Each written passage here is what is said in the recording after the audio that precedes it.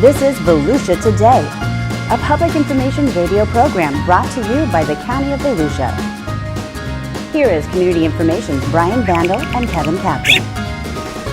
Good morning and welcome to Volusia Today. I'm Kevin Captain and I'm joined by my co-host today, Gary Davidson. Thank you so much for tuning in this morning. Volusia Today is made possible by our sponsors, the Daytona Beach International Airport, the Ocean Center, Volusia Recycles, and Votran Public Transportation. Good morning, Gary. Hey, good morning, Kevin. How you doing? I'm doing great. So we have a king on the show today, and we have some smoke. Yeah, we got a little bit of both, and a captain. And I got to tell you, right off the bat, I'm a little bummed out. Uh-oh. I think I'm a little bit of music buff, and I know you are too. And the other day, Indeed. Yeah, the other day someone took all of my '70s records. Yeah, I still have records. What? Took all my Vinyl. '70s records, yep, and threw them in the fire. Oh my gosh. And you know what? It was a real, wait for it, disco inferno. Oh, ba-dum-bum. All right. Cue the heckling. That's all right. I can take it. Yeah, that's good. That's good. I think only people of a certain generation will get that joke. I like to start the show off a little lighthearted, but when it comes to fire safety, protection, and prevention, it's no laughing matter. Knowing what to do, knowing how to protect yourself, your family, your property, having an escape plan in case of fire, those things literally, they save lives. Fortunately, we have two people here in studio with us who tell us everything we need to know about fire protection and fire safety. From Volusia County Fire Services, joining us today is Deputy Chief of Operations Joe King and Battalion Chief Scott Smoak. Thanks, Gary. Well, good morning, Chiefs. Thank you so much for being on the show with us this morning. Good morning. So starting off, let's talk about Volusia County Fire Rescue. It's a big department. We have, 1,207 square miles in Volusia County. Just how big is Volusia County Fire Rescue, and how many calls would you say that you respond to in a calendar year?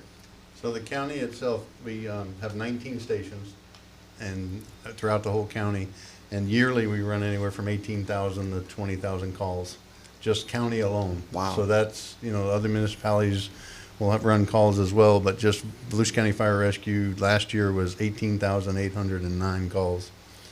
And I'll be darned. 62% of those calls are EMS, 2% are pretty much your structure fires, and then the difference are, hazardous calls, other type calls, small, other fires, just not structure fires themselves. So your folks are busy. They stay busy. Yeah. So let's talk about wildfires. I think most people know that the hurricane season goes from June 1st to November 30th. Is there a designated, commonly accepted wildfire season, just like hurricane season? I mean, when do we most commonly see wildfires here in Florida? Yeah, in Florida, there's no wildfire season. That's year-round. It all depends on rainfall, dryness, and stuff. But I'm going to pass this one over to our mitigation officer, Scott Smoak, and let him talk a little more in detail on that. Yeah, so, like you said, year-round is usually wildfire season here in Florida because of our drought and the rainfall, precipitation amount that we get in different times of the year. However, though, statistically, our most active wildfire seasons is usually from March until maybe, July, August time. Okay. And then after that, it just kind of dies down a little bit in reference to wildfires. So how are the fire conditions right now? As of right now, we are getting kind of dry. April is usually our driest month of the year. And so at an average, we had about 4 inches of rainfall in the county in the month of April. So we are in that dry season now where we're kind of getting a little dry out there. One thing that we measure is through our Kbdi, which is a Kbdi Drought Index. And as of today, our drought index is 293 as an average for the whole county. So we are coming into that dry part of the time where, wildfires are pretty active on that part. So when you're talking about the Kbdi index, is it the measurement of the moisture that's in the ground or the dryness, and what does it exactly measure? It actually measures the moisture in the soil. Okay. 0 being basically wet, that's just saturated with water. And then 800 is there's no moisture in the soil at all, like a desert. And so right now, as an average here in the county, we're at right around that 300 mark. So there are parts of the county that are well above 300, pushing 400, and other places are like in the mid 200 range on that scale. So where exactly is the danger zone? Well, right now with the way we are, our fuels are drying out, but we also look at other things like temperature, wind, the relative humidity. So we are right in that window now that if someone was to have a fire outside, it had the potential to get a lot larger quicker if we do not get onto it quickly. So where can someone find out where we're at on any given day where that KBDI number is? They can actually go to the Florida Forest Service website, and there is a link on their website that actually will tell you what the average of for the county and the different locations. It actually breaks it up into little parcels basically, and they can look at that for the county and as the state as a whole to see what the dryness and the drought index is. And I think if I recall, that link is also through the county volusia.org website. Yeah, they can as well. actually go to our website also, and we have a link that will connect you to that also. So if you go to the Volusia County Fire Rescue website, there is a link on there that will get you to the wildfire part of looking for that KBDI. So I know you said, April it begins to be a dry month. I think when we had some of the water quality folks here from environmental management, they mentioned it started out like there was a pretty good amount of rain in April, but now things have dried up. And what can an individual do when we're speaking of wildfires and we're in that dry season? There's got to be something more that people can do on an individual level or personal basis. What are those? Well, the big thing is just be cautious when you're outside, doing any type of burning activity, whether you're burning yard debris, whether you're, even driving down the road. Don't pull off onto the side of the road, especially into taller grass areas, because the undercarriage of your cars are hot. And so when you park on the side of the road, it has the potential of getting the grass caught on fire, and then it can spread that way. People smoke and unfortunately throw cigarette butts out the window, so we advise not to do that. Also, when you're towing the trailer, if you make sure that your safety chains are hooked up to your vehicle so that they're not dragging on the ground and creating sparks.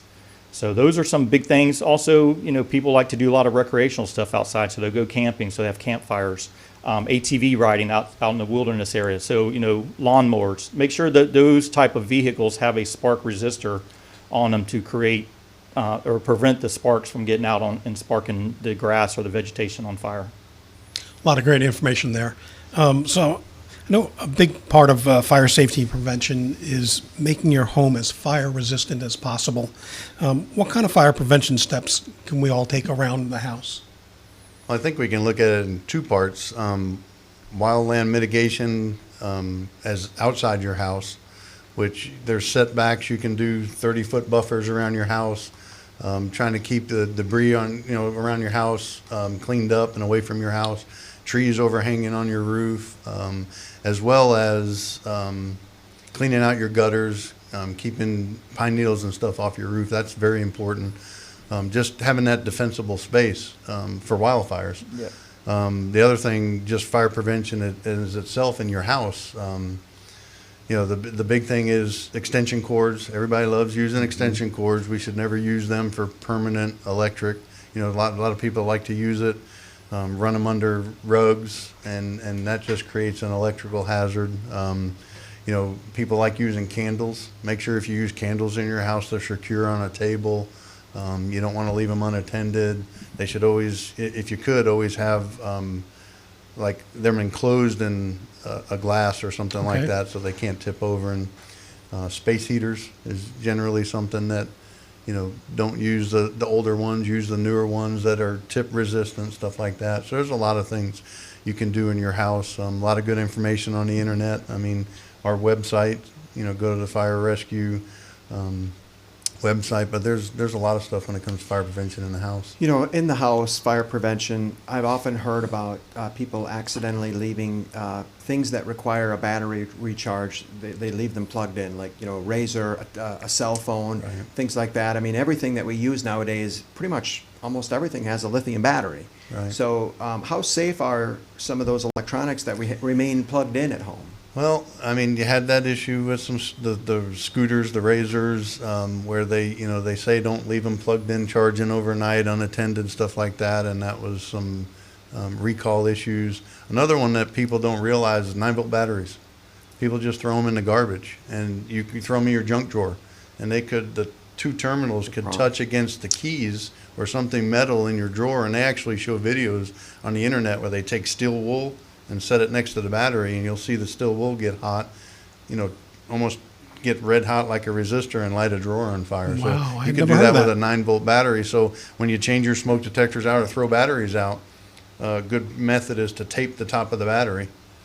Okay. Cover the prongs by taping it before you throw them out. And you really shouldn't throw batteries out in the garbage, but if you're going to dispose of them, tape the top of them. At least do it safely. Geez, I can remember just being a kid. Well, is this battery still good? The 9-volt? Put them on your tongue. Put 'em on your- You know, also when we're talking about the home and home safety, obviously everybody knows that it's important to have a fire extinguisher in the home, but how many should someone have in their home? I mean, I think the traditional thought is to keep it underneath the kitchen sink, and you know, some homes that might be an accessible place, some not. But what if it's been under there for 10 or 15 years and you've never needed to use it? How Right. often should they be checked, and what's the general rule for fire extinguishers? Well, the thing they say when you buy them for your house, or you go to Walmart, you buy them. They're good for. They're generally good. You look at the gauge. If they're in the green, they generally say they're good. A good thing to do with them. Some fire prevention companies will tell you turn them upside down, hit them a little bit, because sometimes in moisture area, the powder, the material in it can clot and get clogged up. But generally, those are the type that you buy in the Walmart and stuff that you can't go and get them serviced or anything. Sure. Fire prevention companies will just tell you go buy a new one. Now, the number of having them in your house, you just want to have them where they're accessible, like in the kitchen. Like some people have them under the sink. But the big thing with that is if something happens and you go for the fire extinguisher, first thing you should think about doing is notifying, call 911. Because if the fire then gets too big, it's then too late. You might as well get the fire department coming, heading in your direction, so at least if there's an issue. And one other good fire safety note when using a fire extinguisher, don't ever get yourself backed into a corner. When you're always fighting a fire with a fire extinguisher, make sure you have an area to get out behind you, because if that fire gets too big, you want to be able to just drop the extinguisher and go. Definitely good advice. We're talking about home fire safety. I think I know the answer to this next Right. one, but for the benefit of our listeners, what's the number one cause of house fires? Well, statistically, it's cooking fires, and sometimes unattended cooking fires, but just grease fires. But most of all, it's cooking fires in the various amounts. Then you have, I believe it's heating, using space heaters, stuff like that, and then electrical fires or electrical wiring, faulty wiring. So it's interesting to hear that it's the kitchen, because I've heard, or at least read, where sometimes it's very common in the garage. People have gasoline and other chemicals inside a garage. A lot of times you'll get stuff like that because of where they store chemicals, or they have their gasoline in non-venting, so they build up pressure in them. They could knock them over, or you store multiple paints and gas and stuff together. But statistically, it's the cooking. And I've also seen products, and not that we want to endorse any products, but there is new technology that's out where some of the extinguishing devices you can install in the kitchen, like say above a stove or above the burners that you have in the kitchen. Are they effective? Well, they make it almost looks like a little puck, so it's like almost like a suppression type system that you can hang over your hood, and it will react if there's a fire, just like a fire sprinkler would, based on heat. I don't really have a lot of data on that. I just know they're available. New technology. New technology. I mean, we always, fire prevention wise, we always look at the hold hard sprinkler systems, alarm systems, but there is systems out there, or new technology out there like that. We're talking with Deputy Chief Joe King and Battalion Chief Scott Smoak with Volusia County Fire Rescue. We'll take a quick break and we'll come back with Volusia Today. Get ready, it's time for another Volusia County Fire Rescue Fire Safety Tip. Another good tip for the kitchen is safety for the children. We want to create a 3-foot zone of safety around the stovetop so that children can't access and get burned.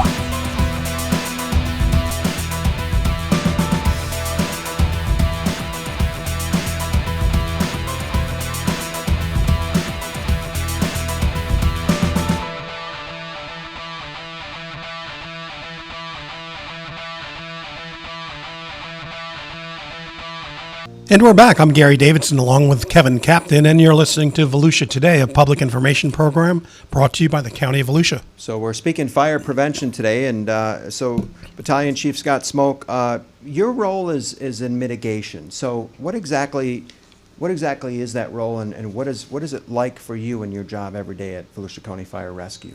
So as our mitigation officer, I'm basically responsible for any outdoor burning that is done in the county. So if there is a wildfire, I'll oversee those kind of actions. Anybody that's doing outdoor burning, whether it's yard debris, prescribed burning, anything like that, anything that deals with outdoor burning itself, that's the things that I kind of oversee and help mitigate and educate people on. Now, there is, again, additional information residents can find on volusia.org about the burning ordinances, when you can burn, what you can't burn, things like that. But you also work closely with the Florida Forestry Service as well, too. I mean, they must coordinate with you on maybe some of the big controlled prescribed burns? Yes, they do. So anytime there is controlled burning here, they do notify me. A lot of times they do ask for assistance, so we do provide some assistance to them, whether it's personnel or equipment. So yeah, anything dealing with outdoor burning, whether it's with Florida Forest Service, St. John's Water Management, private landowners, I help them with those kind of things. Interesting. So let's talk a little bit about home fire escape planning and drills, the really essential part of safety. In your experience, do a lot of families have a fire escape plan, and what should a plan include? No, most families do not, because they don't think this will happen to them, so they don't really have one. So we go out there as a fire service agency, and we go out to schools and we try to educate the children, and then hopefully we try to do some education in different communities, homeowners association groups, things like that, and we try to tell them about home safety, how to have a plan, make sure everybody in the house knows what that plan is. When they do get out of the house, where do they meet at? So there's accountability for that. Make sure you have two ways of getting out of a house, whether it's through a window, a doorway, whatever that may be. Teach the children of when the smoke alarm goes off, what to do, what it sounds like. Do a plan or do an escape plan during the daytime and in the evening time when they're kind of like sleeping, what to do and where to go. Because we do that kind of education for people all throughout the community.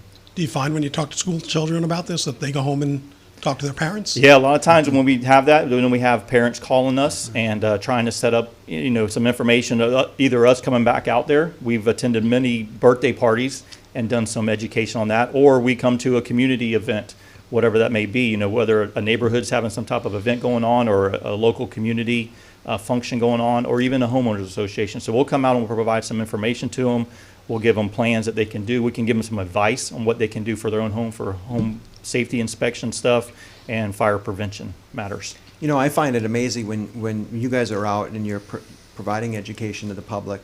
It's kind of like Gary and I, we're providing community information, but we're doing it to a multi-generational audience. And just like you are today, when you're giving fire education to different generations, we would always teach that at daylight saving. That's when you change your clocks, and that's when you change the batteries in your smoke detector. But now we're seeing with new technology, some of the smoke detectors, how long? I mean, those batteries last, 10 years or something like that? And they're Bluetooth. Right. So what are you finding with those, and how do you, where do you recommend as far as if somebody updates their smoke detector in their home, what should they get? Well, for years, they went to the battery, hardwired battery backup smoke detectors. That's what all houses were built. And with this new technology and a 10-year lithium battery, a lot of places are saying, instead of checking batteries twice a year, changing batteries once a year, why not just replace your smoke detectors? Because generally smoke detectors need to be replaced every 10 years. And if you look on, even if you have a hardwired smoke detector in your house, when you pull it down to check the battery, on the back there'll be a date, and that's the date of manufacture. And if it's 10 years prior, you should just replace it, because 9 times out of 10, the detector's not as sensitive. It's not going to, it could not operate correctly. But most are making the change to the 10-year lithium batteries. It's set it and forget it. That's a great campaign all its own. Just switch out the whole detector. And we always see sales on them at our department and home stores. They're not that expensive. No, they're really not. I think I say this, but I think you can find them like $15, $16 a detector, where even the hardwired ones you were paying, a quarter of that. and you're not replacing batteries. So when you look at the cost of it, it's like I said, set it, forget it, and 10 years you mark it and change them. And that's a small price to pay for an important Absolutely. ounce of prevention. So, talking about public education, tell us about your fire prevention virtual classroom, because that's really a cool and fun platform and a way to instill fire prevention practices in young children, isn't it? Right. It's a pretty neat platform set up, where the kids and parents can go there and click on the screen. And I got to be honest with you, the last time I think we looked at it, I found myself flipping through the pages, hitting interactive stuff. I mean, it's pretty neat with the information that's on there.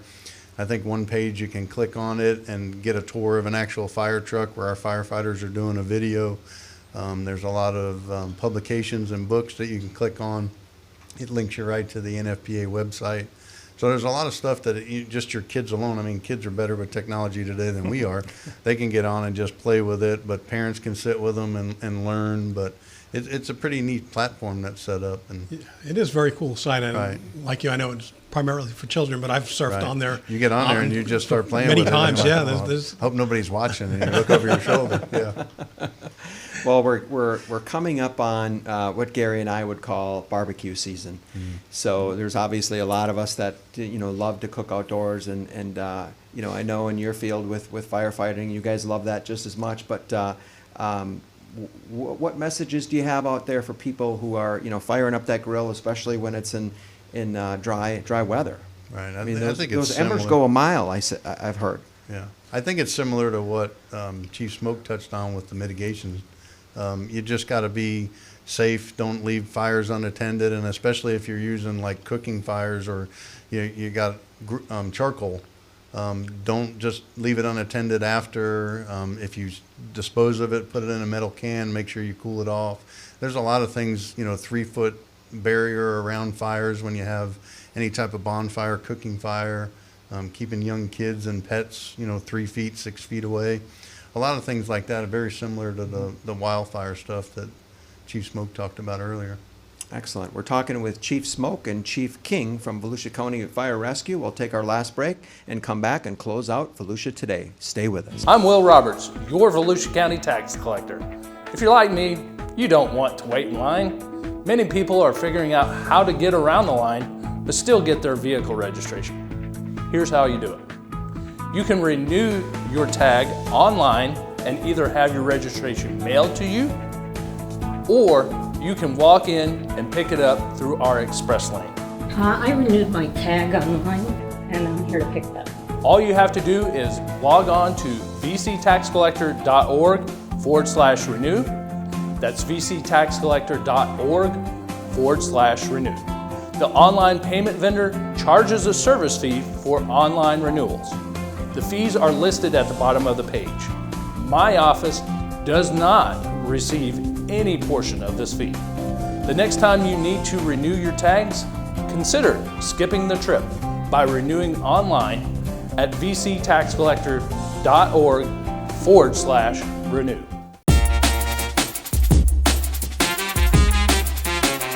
Do you enjoy helping animals in need? Then why not join our caring and professional team right here at Volusia County Animal Services? We have immediate openings for several high-energy candidates interested in becoming a part of our animal care clinic family. As a vet assistant, you'll be doing everything from prepping patients for surgery, as well as assisting in surgery, even recovering those patients. Also prepping log records and helping with our field services and our casework. Vet assistants also help out during our special events, which are extremely popular to the public. Things like pet microchipping and vaccine events, as well as food drives. All of those things are incredibly rewarding, and you'll have the satisfaction of knowing that you're helping pets right here in your community. To get more information, please visit volusia.org or call 386-248-1790. You'll be glad you did.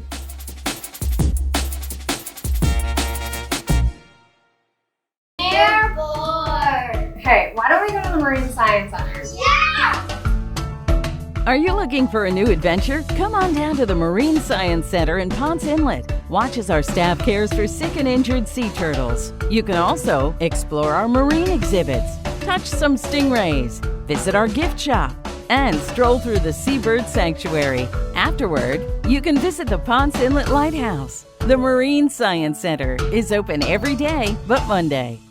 And we're back. I'm Gary Davidson along with Kevin Captain, and you're listening to Volusia Today, a public information program brought to you by the County of Volusia. Thanks, Gary. So, question, Chief Smoak. When we always talk about prescribed burns, what exactly is a prescribed burn and what are the benefits?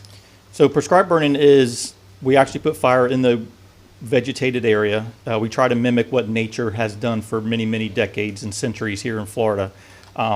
So we do that. However, prescribed burning is done very methodically. In reference, there's a lot of planning and coordination that goes on with that. We look at weather conditions, we look at fuel moisture, we look at the time of the year that it is, we look at our smoke in reference to where the smoke will go for impacting the residents. So those are things we have to look at, and of course we have to coordinate with the different agencies and personnel and resources that will be helping out on that. Now the benefits of it is, again, you know, Florida was a fire-based community for centuries. And so a lot of the vegetation, a lot of the wildlife is very dependent upon fire in the wildland area. So it brings back nutrients to the soil for plants. It helps with wildlife habitats for the wildlife to be able to live accordingly and to thrive, basically. It's also for fuel reduction. If you have a lot of fuel that's built up and there is a wildfire, that has a greater potential threat to the people that live in that area. So we do a lot of prescribed burning to eliminate the fuel reduction and also for the benefits of the environment itself. It stimulates new growth. It stimulates new growth. It brings, like I said, brings back the nutrients to the soil and to the wildlife that are out there. I find that fascinating. Absolutely. So real briefly, as we get ready to close, where can people get more information about fire prevention as well as the services offered by Volusia County Fire Rescue? Well, if you go to the website, and it's www.volusia.org, it'll go to on there you can go to the division tab and go to Fire Rescue. And on there is where you can find that fire prevention platform we talked about for the kids, a lot of links to NFPA information, home fire safety information, as well as wildland fire information. But there's a lot of information there, or contact information on who to get a hold of if you have questions. Very Excellent. That's volusia.org, and you just go under departments and fire rescue. With that, we'll close Volusia Today. Thank you, Chief King and Chief Smoak. Thanks for being on the show today. Thanks for having us. With that, we'll close today's show. Take care, stay safe, and help your neighbors. If you have a comment about Volusia Today, or if there is a topic you would like to hear featured, please contact Volusia County Community Information at 1-866-345-0345.